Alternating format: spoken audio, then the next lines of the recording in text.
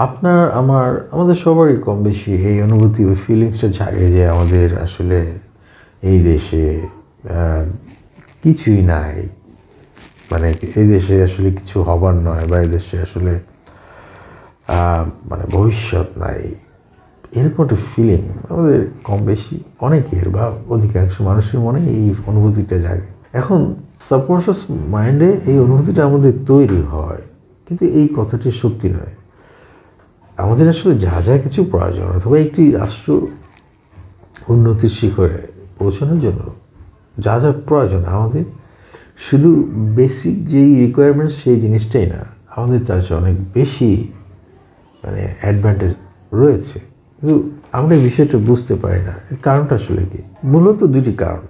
First reason হচ্ছে গিয়ে আমরা কনসিয়াসলি, আমি যেটা বললাম যে আমরা ফিল করি কিছুই নাই, সেটা আমাদের সাবকনশিয়াস বা অবচেতন মনের চিন্তা ভাবনা, কিন্তু কনসিয়াসলি আমরা একটা জিনিস অনুধাবন করার চেষ্টা করি না, আসলে আমাদের ব্যাপারটা কি এরকমই, আমাদেরকে আসলে কিছুই নেই। এটা কনসিয়াসলি আমরা ঘেটে বা বোঝার চেষ্টা করি না যে আদৌ কি এটি সত্য কি না। এটা একটি কারণ। দ্বিতীয় যে কারণ সেটা হচ্ছে গিয়ে এই যা কিছু আছে তার উপরে ভিত্তি করে আমাদের সামনে এমন কোনো রোল মডেল নাই যে কেউ কেউ দেখাচ্ছে, হে এই যে দেখেন আছে, বা এটা তো আমি করে ফেললাম এখানে বসেই, বা এই জিনিসটা যে জিনিসটা আমার মনে করো যে এখানে সম্ভব নয়, কিন্তু সেটা তো করে ফেললাম। এই ধরনের ছোট ছোট করে হলেও যে রোল মডেলগুলো দরকার, যে জিনিসটা আমাদের পরবর্তী জেনারেশনকে ইন্সপায়ার করবে, তাদেরকে অনুভূতি দেবে হ্যাঁ সম্ভব, বা হ্যাঁ যা দরকার সেটা আছে। এই কাজটাও ওইভাবে হয় না। বিচ্ছিন্নভাবে কেউ কেউ কিছু একটা করলেও সেই জিনিসটার তো আপনার প্রচার প্রসার পাবলিসিটি সেটা নাই, তাদের কোনো আপনার এনকারেজমেন্ট তাদেরকে দেওয়া হয় না, তাদের কোনো অ্যাপ্রিসিয়েশন দেওয়া হয় না, যার কারণে তারা হয়তো একটা সময় হাত গুটিয়ে নেয়, অথবা এখানে তেমন কিছু করার সুযোগ না পেয়ে বাইরে চলে যায়, তাই না? এখন একটা জিনিস খেয়াল করে দেখেন, আমি একটা এক্সাম্পল দিয়ে বোঝাই যে আসলে সব কিছুই যে আছে। সিম্পল একটা এক্সাম্পল, খুবই ইন্টারেস্টিং একটা ব্যাপার। আমরা এখন 21st সেঞ্চুরিতে এক্সিস্ট করি, তাই না? এই 21st সেঞ্চুরিটা একটা ইন্টারেস্টিং সেঞ্চুরি। এই 21st সেঞ্চুরিটা এর আগের যতগুলো শতাব্দী বা সেঞ্চুরি চলে আসছে তার থেকে আলাদা। কীভাবে আলাদা? আমি একটা এক্সাম্পল দিই। ধরেন 21st সেঞ্চুরিতে যে কাজটা খুবই সহজ, এফেক্টিভলি করা সম্ভব, এরকম মোস্ট অফ দ্য কাজ আপনার আগের সেঞ্চুরিগুলোতে সহজ ছিল না, খুবই ডিফিকাল্ট, ইনএফেক্টিভ, ইনএফিশিয়েন্ট, মানে এবং সবার পক্ষে এটা সম্ভব ছিল না। যেমন ধরুন লাস্ট সেঞ্চুরি পর্যন্ত দেখা গেল যে আপনি একটা বিষয় সম্পর্কে জানতে চান, জ্ঞান চর্চা যারা করত, সেক্ষেত্রে আপনি একটা জিনিস সম্পর্কে জানতে চান, সেই জানার ওয়েটা বা জানাটা খুব সহজ ছিল না। যেমন আপনারা একটা জিনিস সম্পর্কে জানতে চান, তখন দেখা যেত যে আপনি যেই রিসোর্স, মোস্টলি রিসোর্স হলো গিয়ে যে আপনার বই, অথবা ধরেন যারা একটু উঁচু পর্যায়ে তারা দেখা গেল যে বিভিন্ন বিদেশ থেকে জার্নাল নিয়ে আসতো, এরকম করা খুবই ডিফিকাল্ট ছিল। অথবা আপনি যে বিষয়টা সম্পর্কে একটু জানতে চান, আপনার কিছু রিসোর্স মানে বই আপনি কালেক্ট করেছেন, দেখা গেলো এরপরে আপনি আপনার বন্ধুবান্ধব অন্যান্য অনেক জায়গায় ফোন দিয়ে জানার চেষ্টা করছেন যে আমি এই বিষয়টা সম্পর্কে একটু জানতে চাই বা একটা আর্টিকেল লিখতে চাই, তোমার এটার ব্যাপারে কি কোনো রেফারেন্স বই আছে কি না, আচ্ছা তুমি বলতে পারো কোথায় এটা পেতে পারি। আবার মানুষ লাস্ট সেঞ্চুরি পর্যন্ত প্রচুর মানুষ লাইব্রেরিতে গিয়ে পড়াশোনা করতো, মানে আজকের মতো না যে ঢাকা বিশ্ববিদ্যালয় নাকি লাইব্রেরিতে ঢুকে মানুষ বিসিএসের জন্য বা চাকরি প্রাপ্তির জন্য প্রস্তুতির জন্য একটা আপনার ওইখানে রিডিং স্পট হিসেবে ব্যবহার করে, এইরকম না।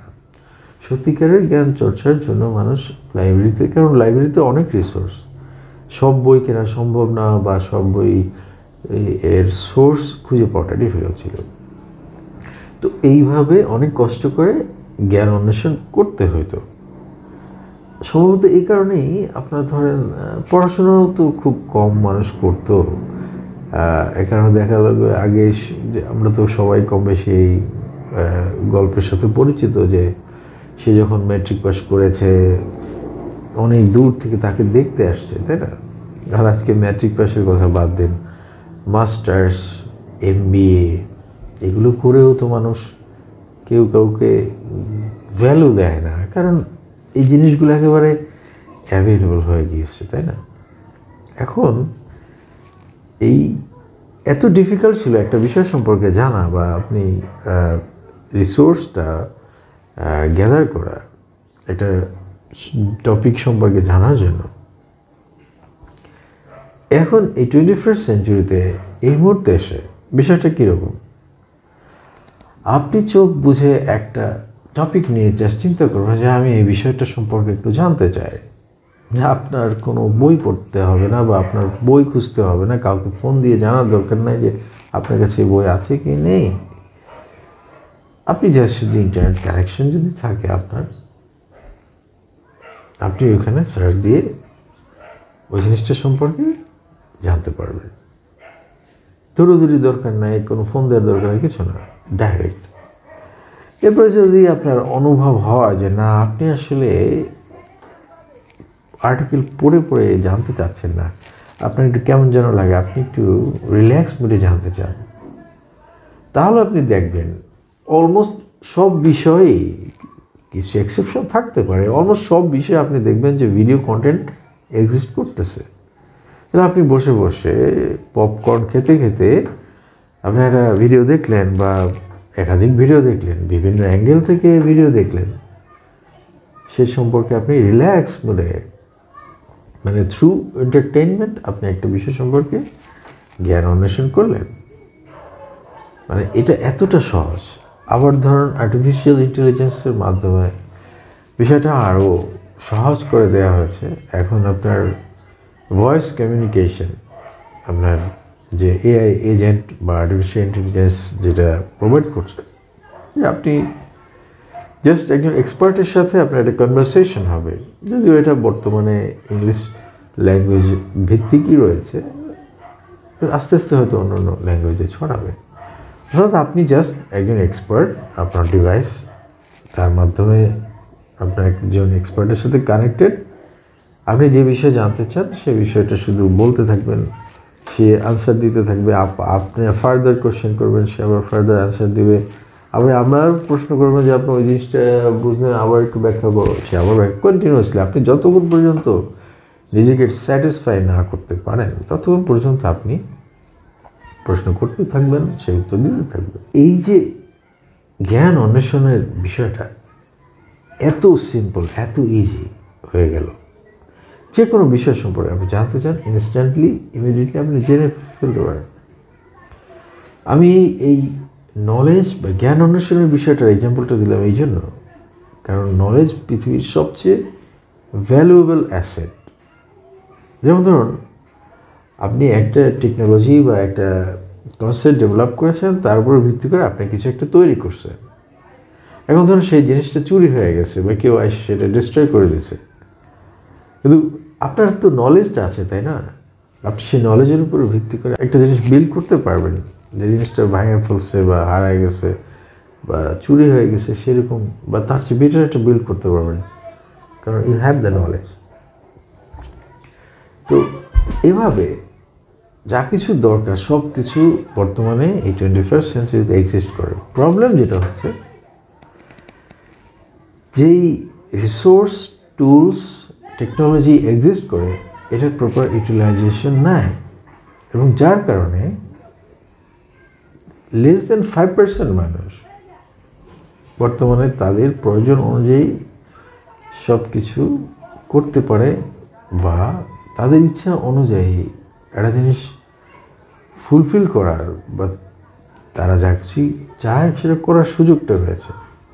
বাট ফর 95% কমিউনিটি তাদের কোনো একটা জায়গায় গিয়ে আটকে যেতে হচ্ছে, কারণ যা কিছু এক্সিস্ট করে এটার প্রপার ইউটিলাইজেশনের কোনো প্ল্যাটফর্ম এক্সিস্ট করে না, and that support system is a desperate need.